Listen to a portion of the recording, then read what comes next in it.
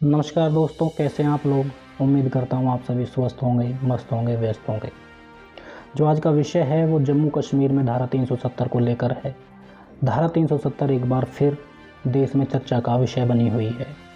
होता ये है कि 5 नवंबर को जम्मू कश्मीर की जो रूलिंग पार्टी है विधानसभा में एक प्रस्ताव लेकर आती है जिसमें धारा 370 की वापसी की मांग की गई थी।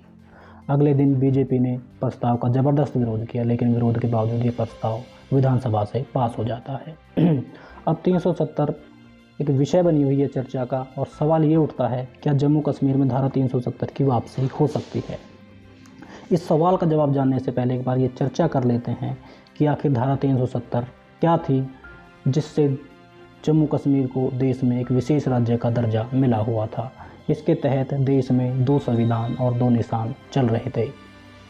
जम्मू कश्मीर में धारा 370 अक्टूबर 1949 को अस्तित्व में आई थी। इसके तहत जम्मू कश्मीर को आंतरिक प्रशासन के लिए स्वतंत्रता दी गई थी।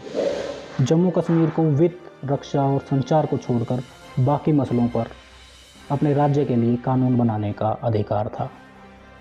ये बड़ी चर्चा का विषय रही थी धारा 370, और 5 अगस्त 2019 को भाजपा की जो केंद्र सरकार थी उसने इस धारा को ख़त्म कर दिया था, और इसके साथ ही देश में 2 निशान और संविधान भी ख़त्म हो गए थे।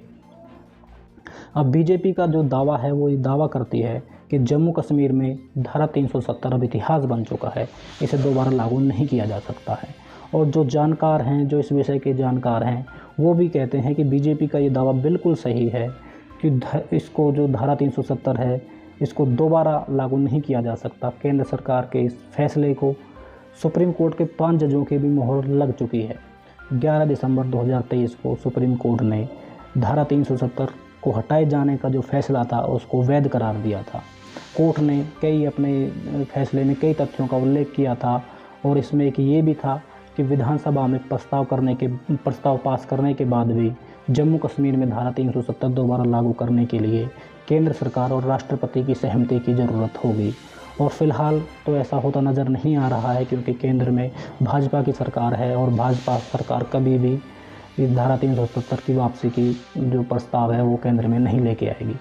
अगर कोई पार्टी अपनी राजनीतिक शक्ति का प्रयोग करके संसद और राष्ट्रपति के जरिए इसे दोबारा लागू करवाने की कोशिश भी करेगी तो उसे 80% बहुसंख्यक हिंदू समुदाय का विरोध भी झेलना पड़ेगा।